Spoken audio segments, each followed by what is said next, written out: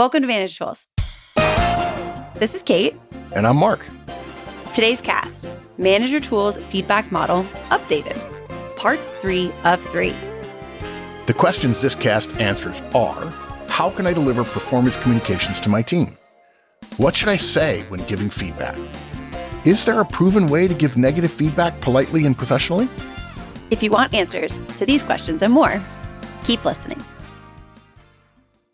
Are you getting ready to assume an executive role in your organization and are a little bit tentative about expectations, your daily mindset, and the different behaviors you're going to want to consider? Well, whether you're a new executive or not, our founder, Mark Horstman, can expand your expertise. We have a solid 5-month executive coaching program to help you move the dial. All coaching engagements are prefaced with a discovery call so that you and Mark can determine how we can help. For more information, contact Maggie by emailing customerservice@manager-tools.com for more information. Step 2 is about describing behavior. We've discussed, we know what behavior is now. It always begins with the most important phrase of the model, when you. When I am teaching this model to people, it's the thing I most often have to correct. By starting the sentence this way, you will encourage yourself and them to focus on their behavior. I also find it helps to limit the manager telling the story around it, to give the details. And frankly, when you do that, a lot of time it recalls to your direct's mind the past. And since we're not focused on the past, and by the way, if you do focus on the past, they can more heavily validate why they did what they did and why in those circumstances it was appropriate. Since we're not focused on the past, it's not useful towards our discussion. So you start the sentence this way, and there's some examples. Let me just interrupt real quick. You said you want to tell a story. What she's talking about, folks, is saying something like, hey, can you give some feedback? Yeah. In the meeting earlier today, you remember that time where the internal customer was saying this, and then there was the discussion about that and so on. There are numerous feedback models out there in the world that aren't tested at all compared to ours. We have hundreds of thousands of managers that have tested these models and have compared managers using our model versus managers not using the model versus using a different model against their results and retention over time, because that's the ultimate measure of whether or not something is effective. And they want to set a mood. They want to get the person back into the moment so they can recall it. And Kate's right. What it does is it puts them in the past. Mm-hmm. And she's right. It causes them to think about the reasons why they did the thing they did. And it makes them defensive. In fact, when we ask managers about how directs respond, the more you talk about the scenario, the more you talk about the scene and setting the scene, the more pushback you get in the form of, well, the reason I did that was this, a why. And the why of ineffective behavior is actually a roadblock to effective future behavior. It is, because they'll come up with reasons, as we said earlier, for why they did it, and that reinforces that what they did at the time seemed reasonable to them. It also, I think, limits their ability to project the behavior onto the future that you want them to do. Exactly. They're living in the past. Yeah, and they can't imagine what it will look like next time, and that's what I want them looking at, because that's what I am looking at. So, examples of step 2. When you're late 4 times this week, when you stay an extra hour to find the cause, when you respond politely when the customer is insulting, when you make that extra phone call to keep the customer informed, when you promise it to me yesterday and don't deliver it on time. Yeah. These are all useful behavioral step 2s. If you're thinking about delivering the model, please remember what Kate and I have said now a couple of times. The most important words in the model are when you. If you'll ask and they say yes, and then say when you, I like to tell people it's a bit like being on a slide or a sliding board going into a pool. There's a point where on that slide where the top is fairly flat, and then you tip over, and then you know you're going down the slide into the pool. When you say when you, it immediately goes to the next thing, which is behavior. What behavior did they actually do? And that's what they're looking for. If I were to say to Kate, hey, can you give some feedback? She would say yes. And I say, hey, let's go back and talk about the meeting. There was that time where this happened. The entire time I'm describing the meeting, she's thinking, what did I do? What did I do? What did I do? Because there's a little bit of tension about maybe it's negative. Mm-hmm. what we discovered, our first couple of models included situation or scene. We actually called it scene building. And it didn't work because in many cases, it caused managers in the event of negative feedback to take 2 or 3 minutes to build the scene. And directs started to realize scene building, the longer the scene building is, the more likely it's going to be negative. So now they're really, what did I do? What did I do? I don't know where he's going. I don't know where he's going. She stops hearing the scene building. And all they're thinking is, what did I do? So we learned, it took us a while. It took us over 18 months to discover that you have to just tell them what they did. And the shortest construct we found for that was win you. I want to get to step 3. I also want to mention so much of what people share with me they're concerned about when they're thinking about feedback is their directs behaving defensively, which is to say pushing back, making an excuse, denying that thing happened. And I find that scene setting causes more defensive behaviors because they have a reason. They can paint the whole picture for that. It's very hard to be defensive of future behavior because it hasn't happened. The circumstances aren't clear. Why you would do that thing isn't obvious. If you describe the past, they're going to tell you why they did what they did. And that why isn't as useful in the future as the behavior, right? Because the behavior applies in many, many more circumstances than the why may. Good. Okay. Step 3. All right. Describe the impact. So much of what I love about this is because it's cause and effect, right? In this step, we describe the impact that the direct's behavior had. It completes the pairing of cause, their behavior, and effect, the outcome. It's steps 2 and 3 combining together, showing cause and effect, action and reaction, stimulus and response, input and output. You put your hand on the stove, you get burned. Yeah. And it doesn't have to be big, right? It doesn't have to be something big or important. You don't wait. Yeah. When you're late to a meeting, it slows up the meeting. When you're late with a deliverable, I have to come find you, which takes away from me getting my work done, right? Mm-hmm. Yeah. It doesn't have to be that they want a big contract or finish a project. In fact, if it's really too big, the amount of things they did to create a too big thing, good or bad, are going to be fairly significant. And it's going to be a longer conversation. You don't want that. And because our guidance is give more frequent feedback, if you only waited for those kinds of bigger occasions, you'd hardly give any feedback. And again, learning opportunities would be lost. I mean, how many people today say we want to be a learning organization? We want to learn from the stuff we do. Interestingly, I've been reading a lot of books about learning lately, particularly for some of our exec tools, Cass. And one of the things that psychologists are discovering is you can learn from both positive and negative. Too many inexperienced people think you only learn from negative, but in fact, you can learn from positive as well. It's a tougher skill to learn, but you can learn from it. And you can learn how something positive may have turned out good despite some of the things you did. And since we're humans and we all make mistakes virtually every day, some of those things, we don't want to learn that was a good thing. And we want to learn how to separate that so we can actually learn from positive outcomes. Another thing that I hear a lot about is teachable moments. And yes. I find that idea is used to validate what people want to do and has no real defined specificity. Yes. They say teachable moment, and they think that means it's a teachable moment, so I'm going to go teach them. And in fact, feedback is really not about teaching. It's about encouraging effective future behavior and letting the direct with their own agency figure it out for themselves. Yeah. And what I would suggest is actually that kind of, for me, feels like what people mean when they use those words. Because the idea is I'm just sharing this information with you.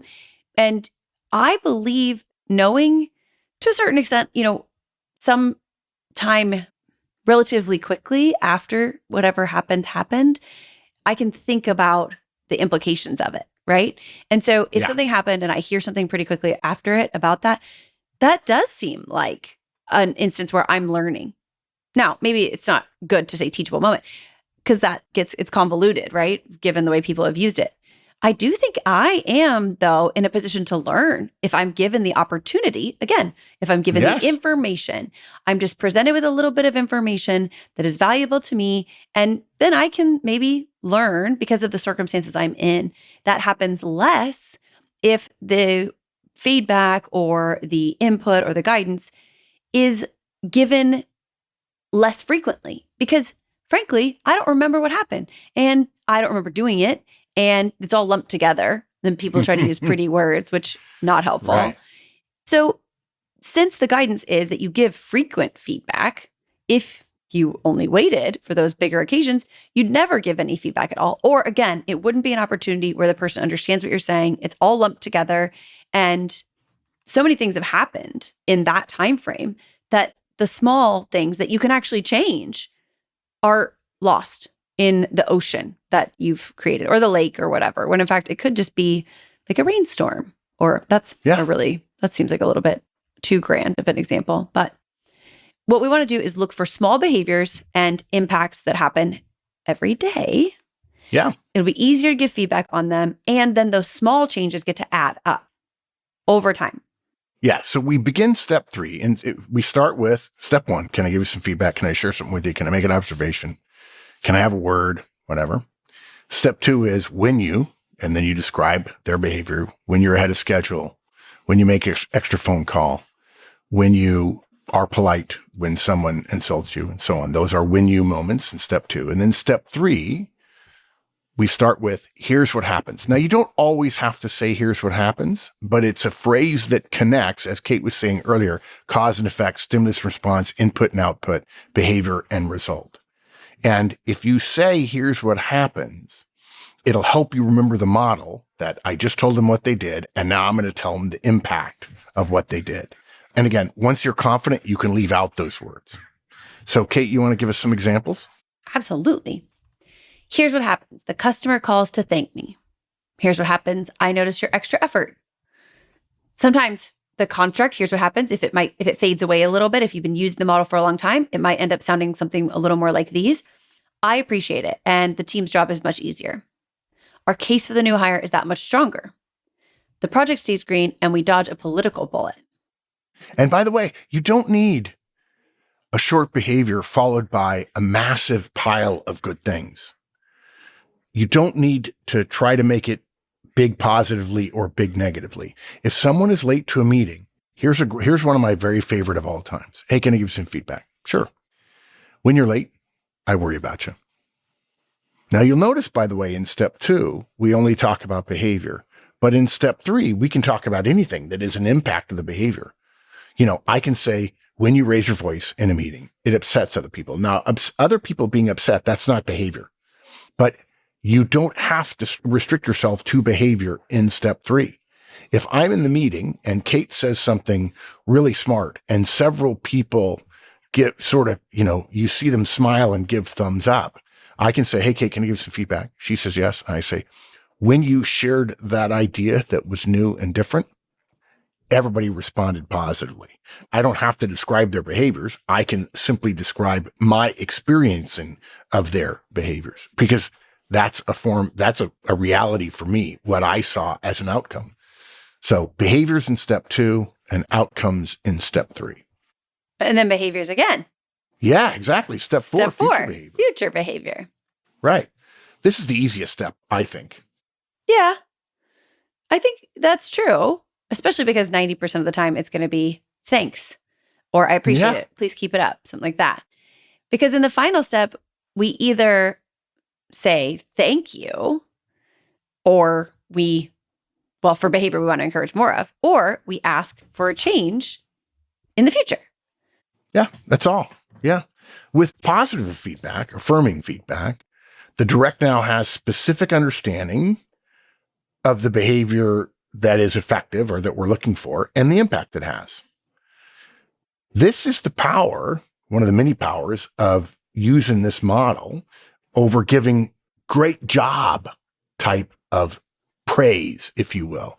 If Kate does something great and I just say great job, she doesn't know the specific behaviors that I'm seeing that cause it to be great. Now, we're not saying you shouldn't give praise, guys. It's okay to give praise. In fact, we have a podcast called Yes, Please Praise. But praise isn't very effective at ensuring future behavior. It makes people feel good. There's no question. And you can also give general praise to an entire team. Hey, great job in the meeting today. But If I tell Kate about her presentation, can I give some feedback? And I say, when you gave that presentation yesterday, it was great. She doesn't know what was specific about it because I didn't say what behaviors she engaged in that I wanted to do more And there of. were 150. Yeah, exactly. All kinds of things, the prep and the delivery and the words you use and all kinds of stuff. So avoid substituting praise for positive feedback and try to give as much positive feedback. If you're thinking about giving praise to somebody, turn it into positive feedback. Think for a moment. You have a few hours. You can wait a day or 2 or 3. The general rule is don't wait longer than a week to give feedback. And for the record, you don't have to give feedback immediately, because if Kate and I are in a meeting with 4 other people, I can't give her feedback immediately because we give feedback for the private use of one person. You don't have to be in private. You don't have to go into an office and close the door. I can give feedback to Kate walking down the hallway. I can give it kneeling next to her at her cubicle if I lower my voice so other people don't overhear. But if I give something very, very brief, hey, when you do that, it's very effective. That encourages the future behavior we want. If we just say, hey, nice job, she doesn't know what it is and she can't repeat it. October 9th and 10th, M Conference is coming to Dallas. M Conference is the executive level event that we host for those of you who are at that level or maybe just hoping to reach it. You can come to M Conference and learn from others how they made it to that level. What made the difference? How did they do it? Find out what it takes to be great. Sign up at manager-tools.com/training. So we also, when we talk about positive, we call it sometimes affirming feedback, which is great. So we're affirming the behavior. Right. Conversely, with negative, we sometimes call it adjusting feedback. And in this model, when we ask for permission and then deliver adjusting feedback, step 4 includes us asking the direct to behave differently. When you start using the model, you should use the easiest question, which is, can you do that differently? Simple. Yeah. All it requires from the direct is an affirmative answer. Just, yep, can try, can shift, can do it differently. Once you and your directs are comfortable with the model, you can also use the words, what can you do differently? Which the reason we suggest waiting is because it is a more difficult question. It requires the direct to come up with an answer right away, an alternative. It requires them maybe to be creative. They may not be feeling creative because they may be feeling defensive. They may not be able to come up with something and then they feel, oh, I did something wrong and I wasn't able to solve it right then and there. And so it can be something that you might start with top performers to use. Just bear in mind that it is a more difficult question. What we're really hoping for here with adjusting feedback is that we get from our directs an answer that lets us know that they're going to try something else, that they're going to shift a little bit. It doesn't have to be perfect. We don't need them to be the best ever after this conversation. Right. Rather, we'd like them to just adjust a little bit, try something different, try not to do that. And this affirming answer is important because in some cases, these behaviors are difficult to change. People struggle or they just don't change them. They're not paying attention for whatever reason. So you might see continuations sometimes where you give negative feedback, you give adjusting feedback, and those adjustments don't necessarily get you to a positive place. And then we have to use another model, which we cover in our podcast, systemic feedback. Right.